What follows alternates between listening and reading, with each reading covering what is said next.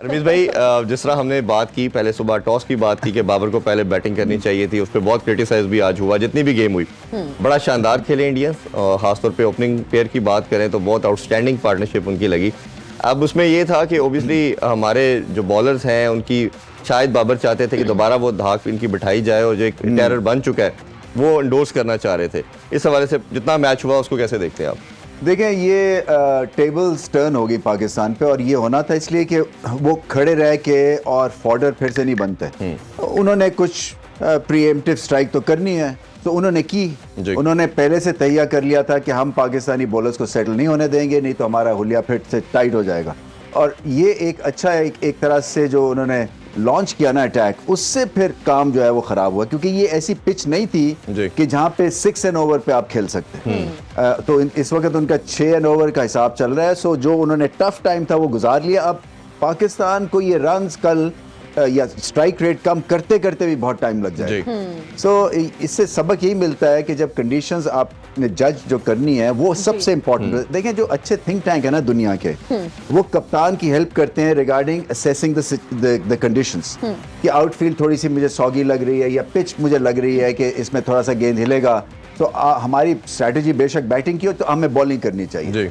और फिर अगर आपको पिच में कुछ भी नहीं नजर आता तो फिर आप पहले बैटिंग करें। सो यहाँ पे जो एक तरह से डिसीजन मेकिंग है, मैं समझता हूँ ये बैट फर्स्ट की पिच थी। हाँ, बिल्कुल। इसमें कोई शक नहीं था, क्योंकि गेंद ना साइडवेज मूव होता है, वो 4-5 ओवर्स के बाद सबसाइड हो जाती है मूवमेंट। उसके बाद आपने देखा कि उन्होंने शॉट्स खेले और फिर पाकिस्तान पे प्रेशर क्रिएट हुआ। और जो ले ऑफ मिला है थोड़ा सा, एक दिन का सस्पेंड हुआ मैच, ये आप क्या लगता है पाकिस्तान के बेनिफिट में जा रही है चीज? बेखल any break would have help Pakistan. अब मुझे ये नहीं पता कि रन अप्स कितने ज़्यादा इफेक्टेड हैं, भागना कितना वहाँ पे मुश्किल होगा, आउटफील्ड का क्या हाल होगा, मौसम कितना क्लाउड कवर होता है। कल भी वैसे रमीज भाई कल पूरा दिन ही रेन की प्रेडिक्शन है, फोरकास्ट तो वेदर टोटल क्लाउडी है। तो मेरा मकसद है ये स्पॉइल स्पोर्ट वेदर ने किया है सब चीज़ों को। और मैं समझता सिर्फ अभी भी यही हूँ कि पाकिस्तान को जो कम बैक करने का ना एक मौका मिल गया इस ब्रेक के बाद। बिल्कुल। हमने एक चीज़ देखी कि जैसे उनकी बैटिंग सेटल हुई, थोड़ा उसके बाद उन्होंने हिटिंग करना शुरू की, और सबसे वीकर लिंक जो शादाब हमें नजर आया, उस पर ज्यादा एक्स्ट्राऑर्डिनरी अटैक किया। 2 ओवरों में उन्होंने 31 किया उसके गेस,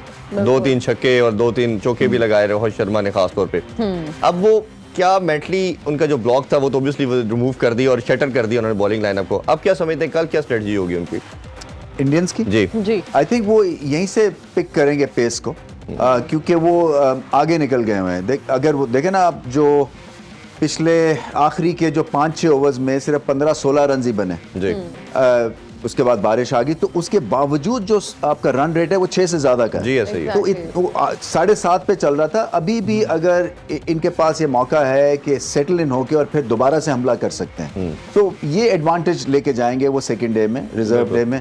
और मुझे लगता है वो पेस पिक करेंगे, वो फिर से शादाब पे हमला करेंगे। और ये नहीं है कि कोई उसको टारगेट किया हुआ है, शादाब ने बॉलिंग भी लूज की है, और उसके अलावा वो खेलते स्पिन को अच्छा है। तो पाकिस्तान को सोचना पड़ेगा कि किस तरह से इनके, अगर 1-2 ओवर्स के बाद नजर आ रहा है कि एकदम से आप मामला जो है इंडिया के हाथ में चला जाता है, तो फिर आपको स्ट्रेटेजी बदलनी पड़ेगी। क्योंकि रोहित शर्मा स्ट्रगल कर रहे थे, शादाब खान आया, वो 20 से 50 उनका 2 मिनट में हो गया थी। आप देखें ना, रोहित शर्मा ने 49 बॉलों पे 56 किए, शुभमन गिल ने 52 बॉलों पर 58 किए, तो रन ऑफ बॉल से वो ज्यादा जा रहे हैं। उनका एवरेज